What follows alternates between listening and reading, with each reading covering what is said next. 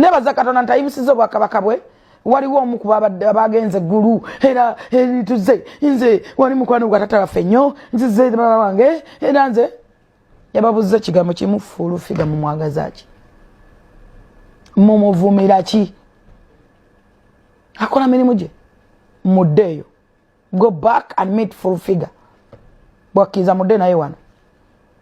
That is power of God. Omwana nkunkumula ati buli kumacha buli lunaku buli live kulya mmere kunywa kolaki yabagambye mu mwagaza ki go back meet Full Figure nakati meeting bajinsaba luba kyajiganye no gitulamu Katonda bwatu wa imusobo akabakabwe. So gwa muganda wangali yandaba oyino muntu abada kustressing ku TikTok oyino muntu akustressing ku social media, please live bileke byo guno omwaka atakwagala mugumeke muguno omwaka muziko otekeko no musalaba yigo kuzika abantu abamu funa malalo zika abantu muziko ngane wawula no jari teyafoyo guri aya teyafa tewazika malalo gete waliko tumanyi malalo gowe gali osobola okumovinga on byamena abantu abafiridwa bufumba bwabwe abantu bafiridwa makaga abwe abantu balwadde pressure abantu balwadde sukali abantu betuze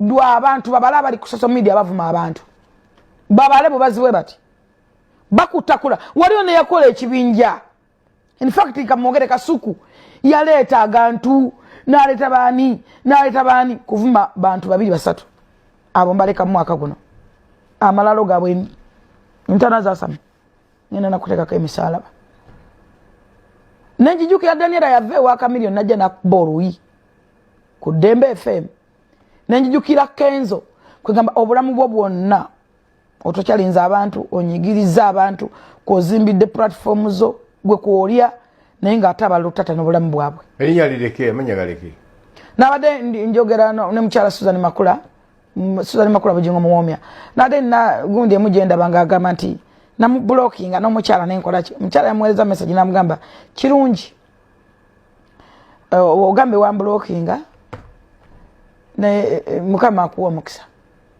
eri olaga birala mu bantu mu public eno birala nomuko esimu ya Musumba Aloysius Bujingo investor w'eggwanga emu bofuna ngo mukisa ne kubira ku simu yo oyogedde kino Musumba Aloysius Bujingo because abana bo tebali wa Bujingo mulimu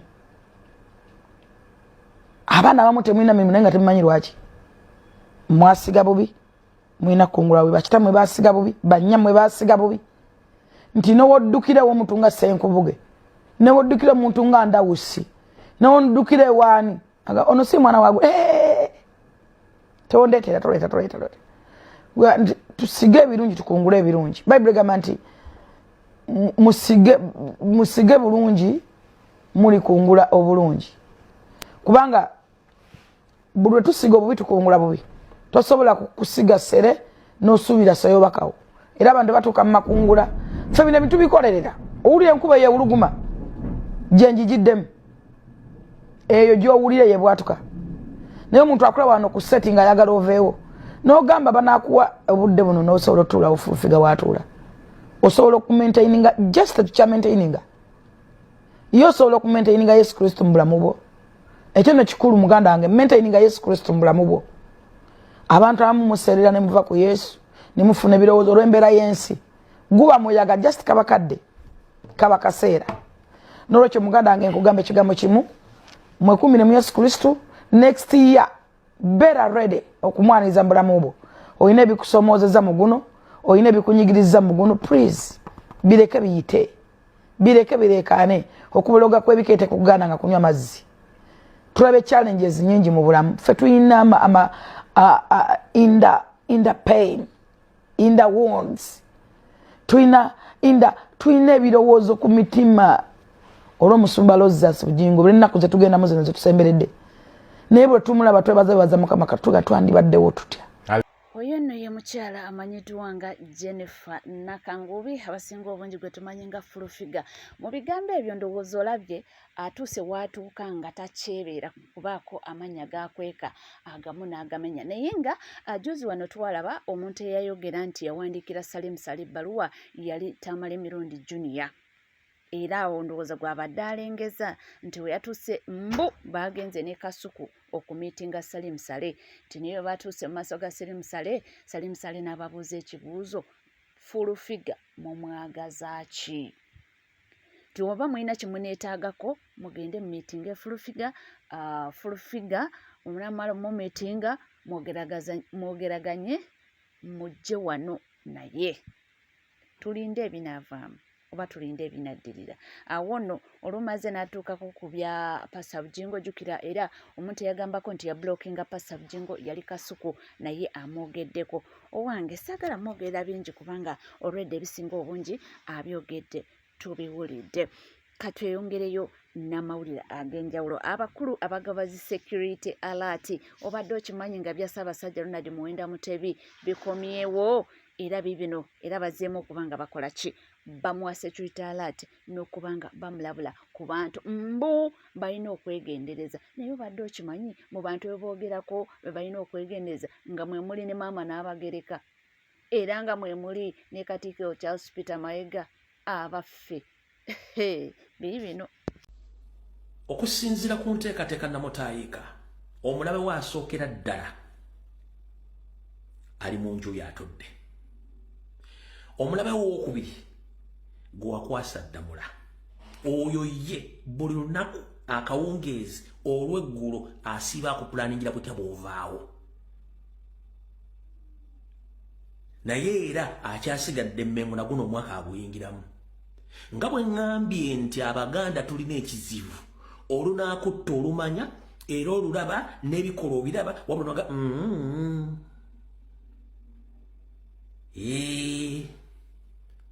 linda kiggweyo oba kaneetegereze ndabe. Ebiseera bisinga okwetegereza ennyo kuleeta obuzibu. Nga tufundikira omwaka guno kubanga ndowooza zizimu ku vidiyo ezisemba mu mwaka guno eziri muli blanke. Ssaabasajja Kabaka njala otwala mukisa guno okutegeeza nti omusajja alina mission ey'okujja mu bulamu yewasaanya Carol Charles Peter Mayiga Ssaalonga Mulengejja. Amakubo gatutte okukendeeza kwabo abadde bakukkiririzaamu n'okukendeeza ku namba y'abantu abadde basuubira okuzzaawo Buganda, kikulagira ddala nti anaatera okukutuukako omulundi gwe ogusemberayo ddala nga tannava wantu awo wanaaba avuddewo. Olwaliro njagadde njogere obubaka buli loud and clear. Naye abaffe tubadde twakanya kutuusi nga Ssaabasajja Kabaka anyiridde ateeredde ffenna nga tutenda ate bannaffe bino bikomyewo. Tubadde essanyu nga munnange tufe essanyu nga Magulu Nyondo nga munnange yatereera alabika bulungi era ffenna ne tugamba kyekyo kati ate security alerts zikomyewo ku Ssaabasajja bannaffe. Naye nga byo bingi bikyalanda era nga neeyongera okuba nga nkola ki, nkuwa amawulire go mangi era nga tuvudde wa Ssaabasajja Ronald Muwenda Mutebi. Naye kansooke gutwaleko ku mawulire ag'ennaku. Bannange woba olina omuntu wo ng'abadde agenda Soroti nga yalinnye bbaasi efunye akabenje era essaawa eno wenjogera bagamba namungi w'omuntu bafunye ebisago by'amaanyi, abamu baddusiddwa mu ddwaliro nga biwala ttaka, kwegamba embeera si nnungi. Era woba olina omuntu otomanyi oba yatravelingidde mu bbaasi oba takisi oba biki naye ng'abadde agenda ku olwo oluguudo lw'e Soroti twala tugende, tomanyi oba bbaasi abadde agirinye eya Soroti naye ng'abadde agenda viira mu kkubo, bambi cekinga ku muntu wo yenna yatravelinze oba travelinze ng'akutte eriyeeyo Jinja Road twala tugende Soroti Tololo eyo weebityo munnange mukubireko ku ssimu. Kuba ku ssimu olabe omuntu ali mu mbeera ki. Mawulire si malungi yadde n'akamu, mawulire si malungi ebbaasi yeekulungudde neegwa. Abantu baddusiddwa mu ddwaliro, embeera nga si nnungi era nga taasulewo tebuke yali ku mimwa gy'abantu. So baganda baffe, oba olina omuntu ng'agenze sayidi zeeyo, kuba ku ssimu essaawa ya kakati laba ali mu mbeera ki. Tweyongerayo n'amawulire ag'enjawulo era nno nga tukyali mu security alert bongedde okuleetera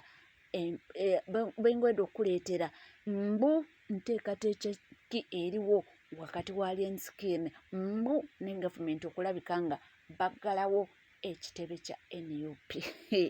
Bibino nnyo okusinziira ku byabaddewo olunaku lwajjo ku kitebe kya National Platform, omumpembe omu bwe yakirumbye nga yalowooza kyakola kyamakulu nnyo. Naye ebiseera ebisinga tugamba nti asirise teyejjusa, era kituufu nnyo omuntu bw'osirika ebiseera ebisinga biwola bingi nnyo. Ate netwongera netugamba nti wandikola ekintu okulumya omuntu wattu n'ofundikira ng'oyambe muyambe ekkiriza. Okuva omumpembe olwo yakoze ekikolwa ekyo, munakkiriziganya nange social media yonna esirise n'abadde bamuwagira bennyini bamunenya olw'ekikolwa kye yakoze, nti yakoze ekikolwa kikyamu nnyo, yasusse wayina okukoma.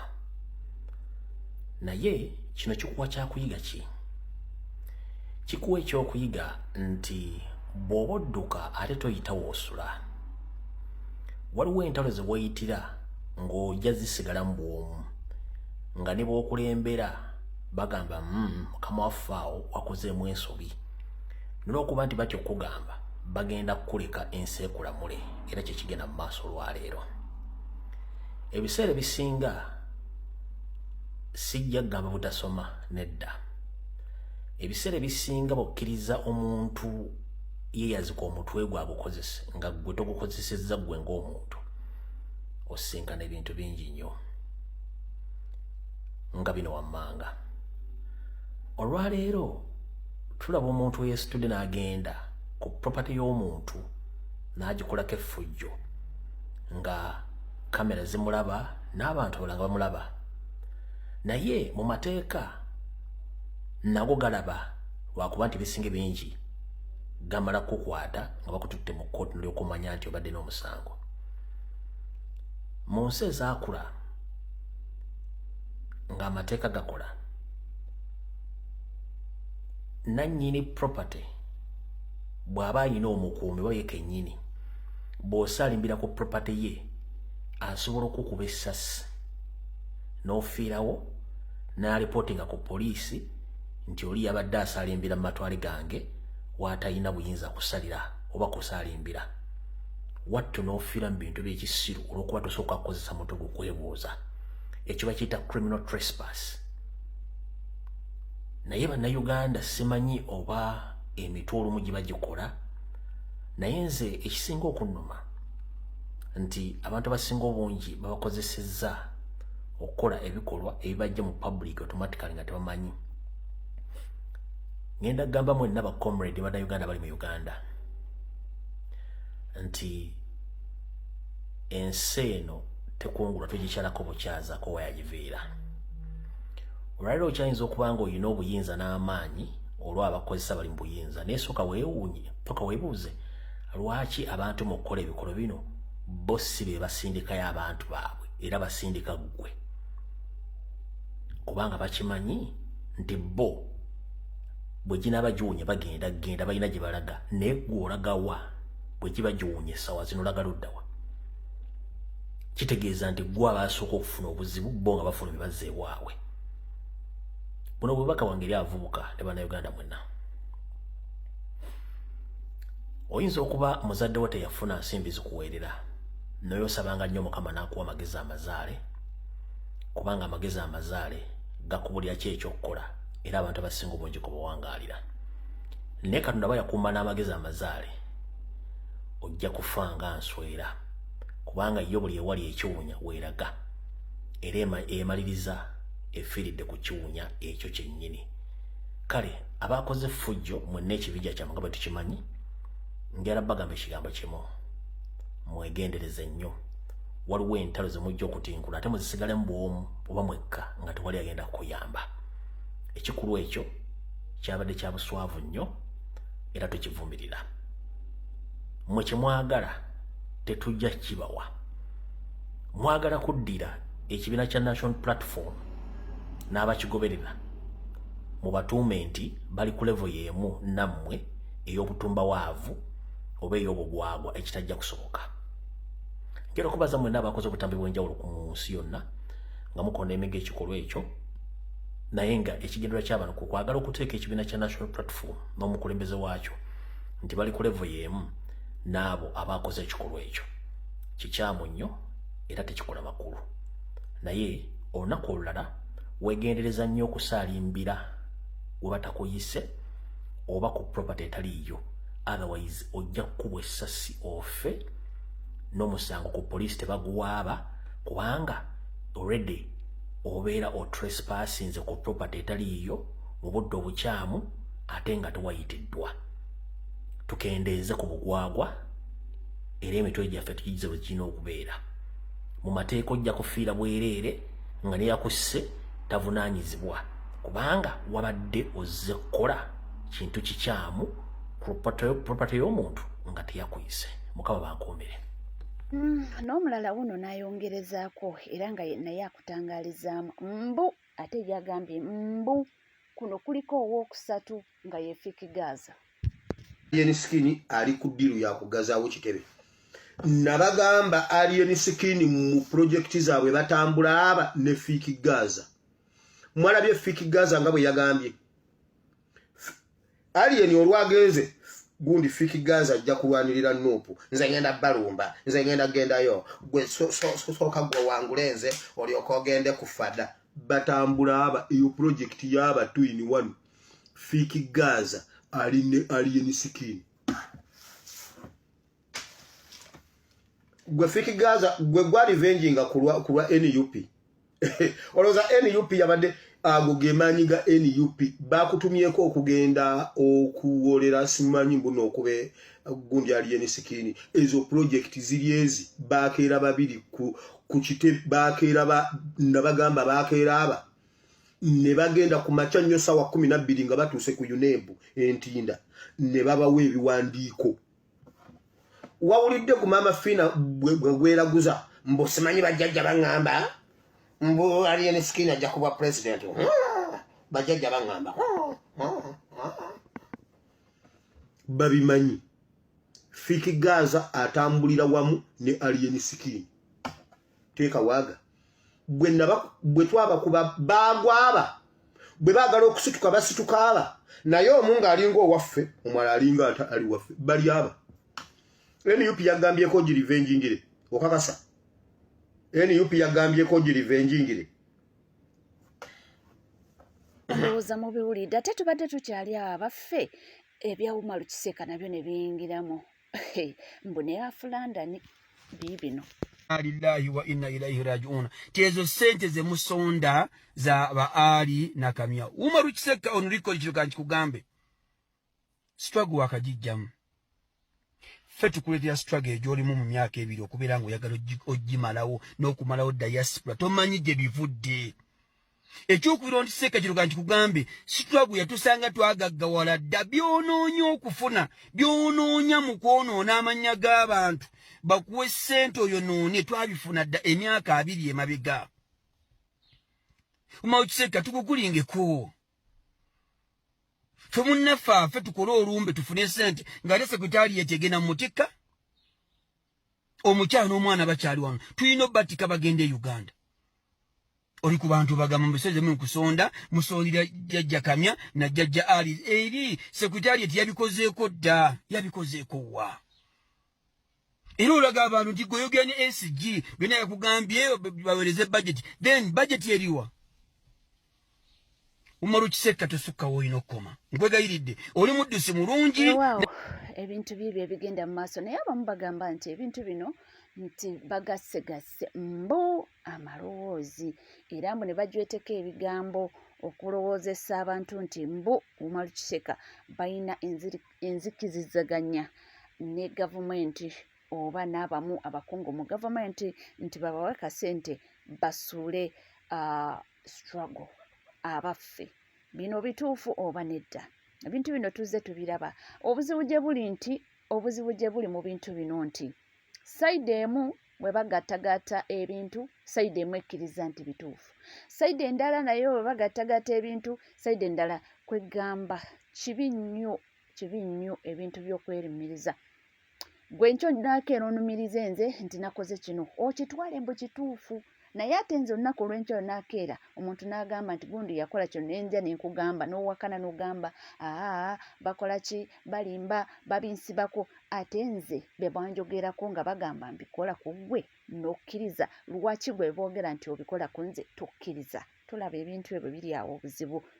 Singa tujjayo ebintu by'okuba nga twerumiriza oba tweteekako ebintu ebitali byo oba tulumiriza bannaffe mu bintu ebitali byo, kiba kyangu naawe omuntu okuba nga akujwetesekesa ekigambo okuvaayo n'ogamba nti bannange be bansibako bya bulimba. Tuli ku NCK TV, waba oliyo nga tona subscribinga kekadde subscribinga, ringinga that notification bell, sharinga, likinga. Amawulire go gakyali mangi nnyo nnyini ddala era nja kubanga nga abatuusaako mu bujjuvu bwago. Sigala naffe tovaawo.